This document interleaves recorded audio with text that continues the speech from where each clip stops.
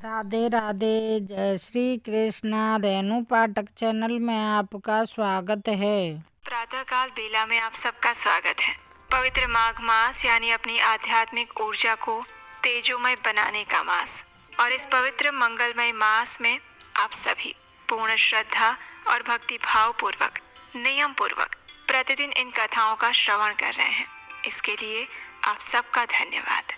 भगवान श्री हरि की कृपा आप और आपके परिवार पर सदैव बनी रहे, यही प्रार्थना करते हैं।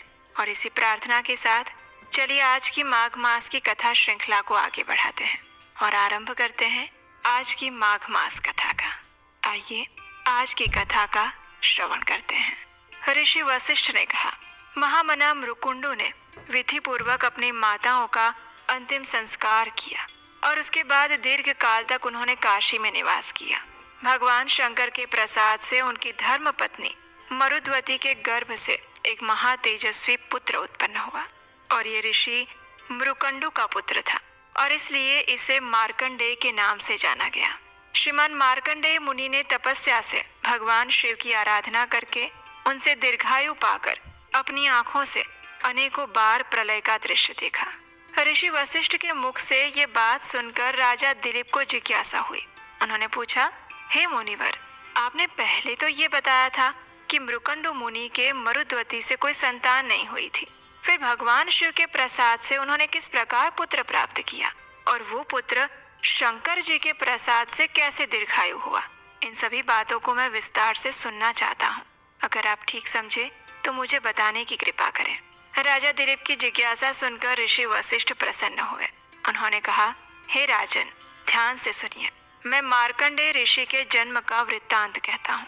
महामुनि मृकुंडु के कोई संतान नहीं थी, इसलिए उन्होंने अपनी पत्नी के साथ तपस्या और नियमों का पालन करते हुए भगवान शिव को संतुष्ट किया। संतुष्ट होने पर पिनाकधारी शिव ने पत्नी सहित मुनि से कहा, हे मुने, मुझसे कोई वर मांगो। तब मुनि ने वर मांगा, हे परमेश्वर, आप मेरे स्तवन से संतुष्ट हैं, इसलिए मैं आपसे एक पुत्र चाहता हूँ। हे महेश्वर, मुझे अब तक कोई संतान नहीं हुई है। मुनि की बात सुनकर भगवान शिव ने कहा, हे मुने, क्या तुम उत्तम गुणों से हीन चिरंजीवी पुत्र चाहते हो या केवल 16 वर्ष की आयु वाला एक ही गुणवान और सर्वज्ञ पुत्र पाने की इच्छा रखते हो? उनके इस प्रकार पूछने पर धर्मात्मा मृकुंडु ने कहा, हे जगदीश्वर, मैं गुणहीन पुत्र नहीं चाहता। उसकी आयु छोटी ही क्यों न हो, वो सर्वज्ञ होना चाहिए। ये सुनकर भगवान शिव ने कहा, ठीक है, जो तुम्हें 16 वर्ष की आयु वाला एक पुत्र प्राप्त होगा, जो परम धार्मिक, सर्वज्ञ, गुणवान, लोक में यशस्वी और ज्ञान का समुद्र होगा। ऐसा कहकर भगवान शिव अंतर ध्यान हो गए और मुनिवर मृकुंडु इच्छा अनुसार वरदान पाकर प्रसन्न हो गए और अपने आश्रम में वापस लौट आए। उनकी पत्नी मरुद्वती बहुत दिनों के बाद गर्भवती हुई। मुनि ने विधि पूर्वक गर्भाधान संस्कार किया था।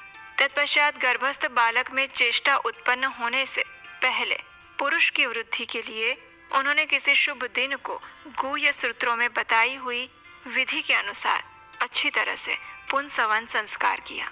जब 8वां मास आया तब संस्कार कर्मों के ज्ञाता उन मुनीश्वर ने गर्भ के रूप की समृद्धि और सुखपूर्वक संतान की उत्पत्ति होने के लिए सीमंतोनयन संस्कार किया। समय आने पर मरुद्वती के गर्भ से सूर्य के समान तेजस्वी पुत्र का जन्म हुआ।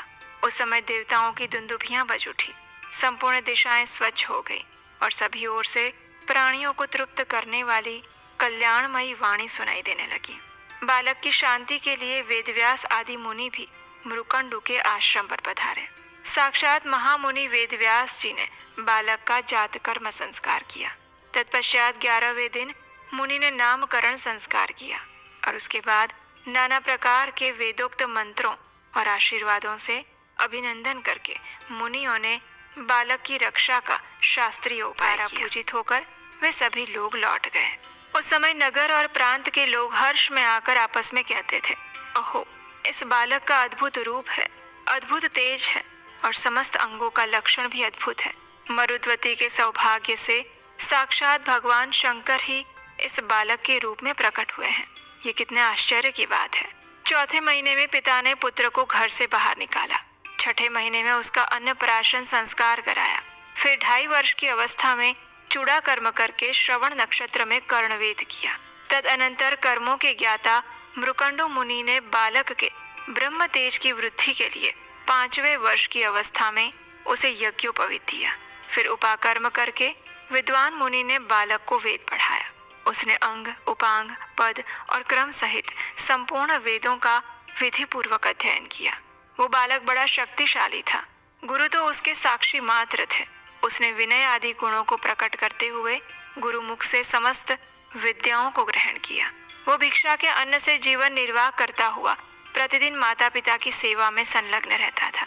बुद्धिमान मार्कंडेय की आयु का 16वां वर्ष प्रारंभ होने पर मृकंडो मुनि का हृदय शोक से कातर होने लगा। उनकी संपूर्ण इंद्रियों में व्याकुलता छा गई। वे दीनता पूर्वक विलाप करने लगे। मार्कंडेय ने पिता को अत्यंत दुखी होकर विलाप करते हुए देखकर उनसे पूछा, हे तात, आपके शोक और मोह का क्या कारण है? मार्कंडेय के मधुर वचन सुनकर मृकंडु ने अपने शोक का युक्ति युक्त कारण बताया। ऋषि मृकंडु ने कहा, हे पुत्र, पिनाकधारी भगवान शंकर ने तुम्हें 16 वर्ष की ही आयु दी है।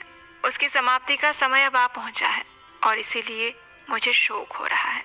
पिता के ये कथन सुनकर मार्कंडेय ने कहा, पिताजी, आप मेरे लिए कदापि शोक ना कीजिए। मैं ऐसा यत्न करूंगा जिससे मैं अमर हो जाऊं।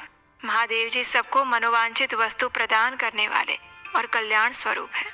वे मृत्यु को जीतने वाले, विकराल नेत्रधारी, सर्वज्ञ, सत्पुरुषों को सब कुछ देने वाले, काल की भी काल, महाकाल रूप और कालकूट विष को भक्षण करने वाले हैं। मैं उन्हीं की आराधना करके अमरत्व प्राप्त करूंगा। पुत्र की ये बात सुनकर माता पिता को बड़ा हर्ष हुआ।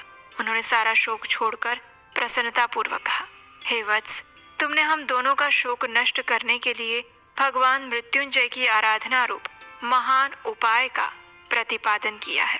हे तात, तुम उन्हीं की शरण में जाओ। उनसे बढ़कर दूसरा कोई भी हितैषी नहीं है। जो बात मन की कल्पना में भी नहीं आ सकती, उसे भी भगवान शंकर सिद्ध कर सकते हैं। वे काल का भी संहार करने वाले हैं। हे बेटा, क्या तुमने नहीं सुना है, पूर्व काल में काल पाश से बंधे हुए श्वेत केतु की महादेव जी ने किस प्रकार रक्षा की थी? उन्होंने ही समुद्र मंथन से प्रकट हुए प्रलयकालीन अग्नि के समान भयंकर हलाहल विष का पान करके तीनों लोकों को बचाया था। जिसने तीनों लोकों की संपत्ति हड़प ली थी, उस महान अभिमानी जलंधर को अपने चरणों की अंगुष्ठ रेखा से प्रकट हुए चक्र द्वारा मौत के घाट उतार दिया था। ये वही भगवान धुर्जटी हैं जिन्होंने श्री विष्णु को बाण बनाकर एक ही बाण के प्रहार से उत्पन्न हुई आग की लपटों से दैत्यों के तीनों पुरों को फूंक डाला था।